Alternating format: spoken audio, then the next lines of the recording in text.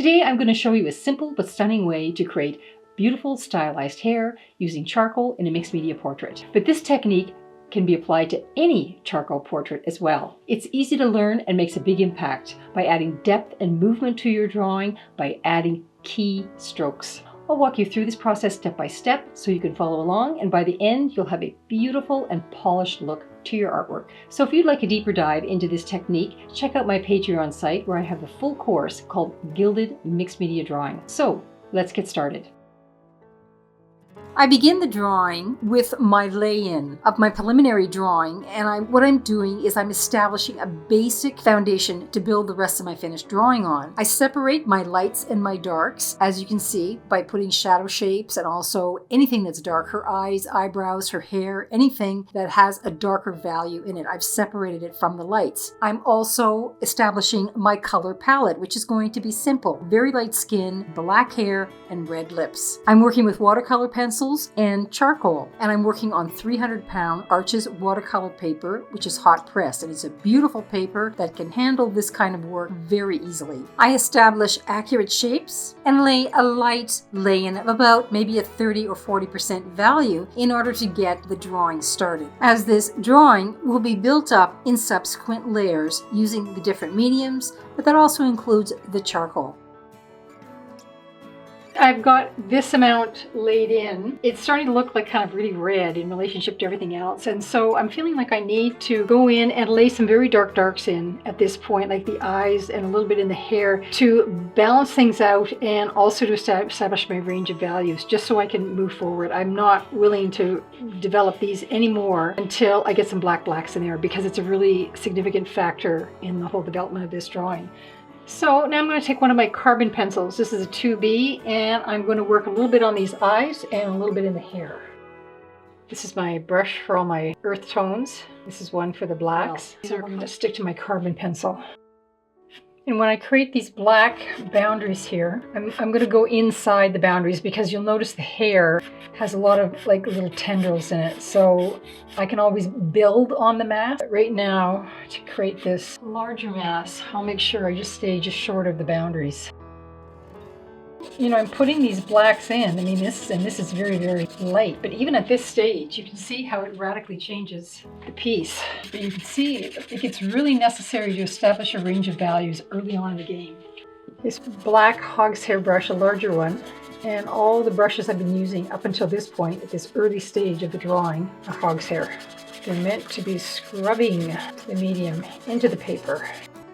Okay, so what I have here is some loose charcoal. Now you can buy this loose in a jar, or what you can do is do what I've just done here. I just keep a little tiny cup, and then every time I sharpen my charcoal and carbon pencils, I just scrape the powder off the sandpaper and put it in a little cup like this, and it accumulates pretty fast, so I don't have to go buy a jar. So basically I've got this. So what I'm going to do is I'm going to take my brush and take my little jar of charcoal, and I'm going to dip it in there, and then I'm going to use it to establish a dark base.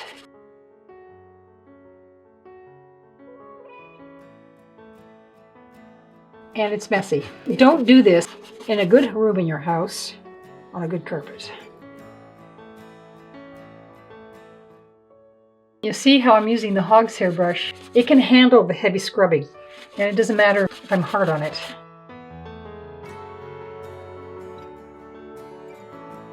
And also the paper, this Arches 300, is also designed for the heavy scrubbing. So I feel like that's my initial lay-in. I've got everything plotted in again in color and established my values. Okay, so now I'm going to get in there and I'm going to start working on the neck, and I'm going to begin to develop the hair around there. So now I'm going to go back to using my loose charcoal a little bit again. And I'm going to be using 3 types of pencils. I'm using a 6B carbon pencil, which is quite dark. And then I'll go into using some of my charcoals, which is a soft and a medium charcoal. Each of them has its own quality, and I'll just work with them back and forth according to my needs.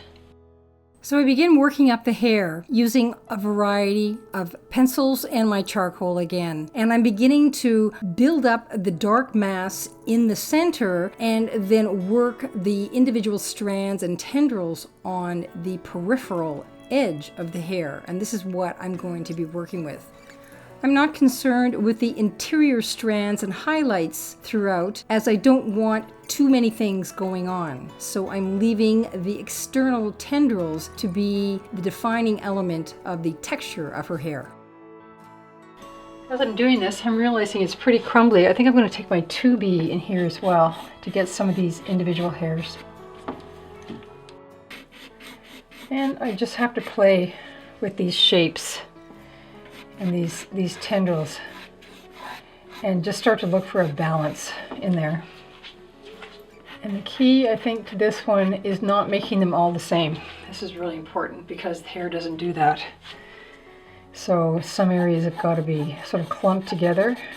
So I've gone back to actually to my 2B here, just to give a kind of a softer feel, which is normal for hair.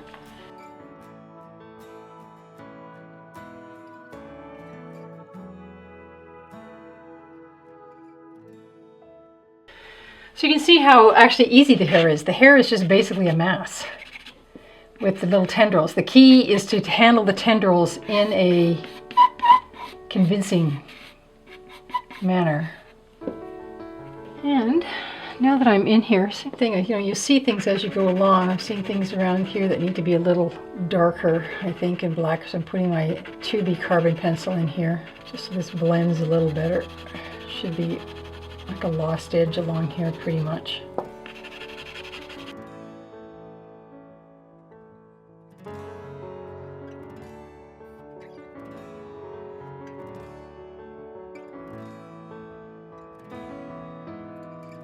So you can see I'm using all of my tools. I'm using a variety of different pencils depending on what I'm trying to do. Very fine tip carbon pencils to do very tiny little hairs, thicker charcoal pencils to get a more dense mass, my brushes to fill in any areas and also soften edges so that the hairs don't look, as well as my eraser even at certain points. And I'm looking at my reference material to try and emulate the way the hair falls, the nature of the curls, and the randomness of the individual strands in order to make it look realistic at the same time stylistic.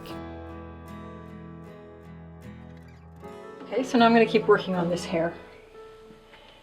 And I'll start with my 2B carbon pencil to be safe.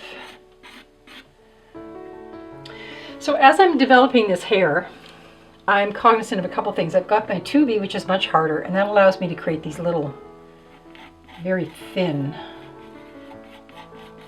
little runaway hairs. And not to be repetitive. Even though there's a certain flow to the hair, hair doesn't, it's not going to be in these little even increments, okay? And then it starts looking weird and artificial. So I want to plot things in where they're going to go first so that I've calculated how things are going to go.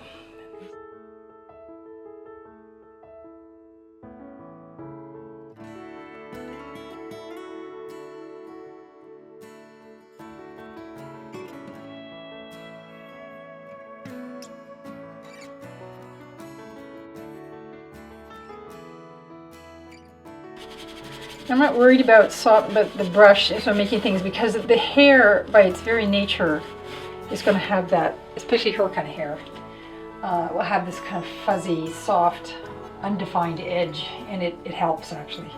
So even in here, I can get in there and smear that around quite a bit. Just use my eraser to pull it back. It's not that it necessarily is going to disappear, it just doesn't have to be as strong as that.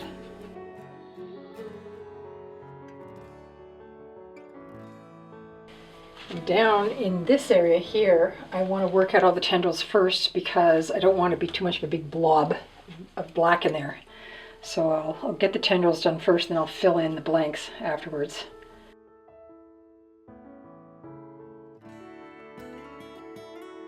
Again, looking at my reference material for the sort of design and flow of the hair, I then work my individual tendrils, careful not to become too repetitive and to create and design a beautiful flow that will enhance the overall drawing.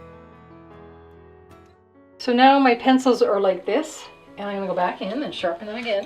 So I've got my soft charcoal, and that's what's filling in all the blanks. And then I've got my 6B and my 2B carbon pencils to basically do the tendrils. And each of them has their own quality. And you can also see my hands are getting pretty dirty. As I'm finishing the hair off, I'm standing back, I'm looking, I'm stepping back in to then design the hair. Yes, I'm using my reference material in order to get a sense of how the hair falls, but in the end, I'm making aesthetic decisions, deciding what goes in, what stays out, and where to emphasize the curls or the sway or the S-curve of the natural flow of the hair in order to create a pleasing image for myself, rather than try and copy every individual hair.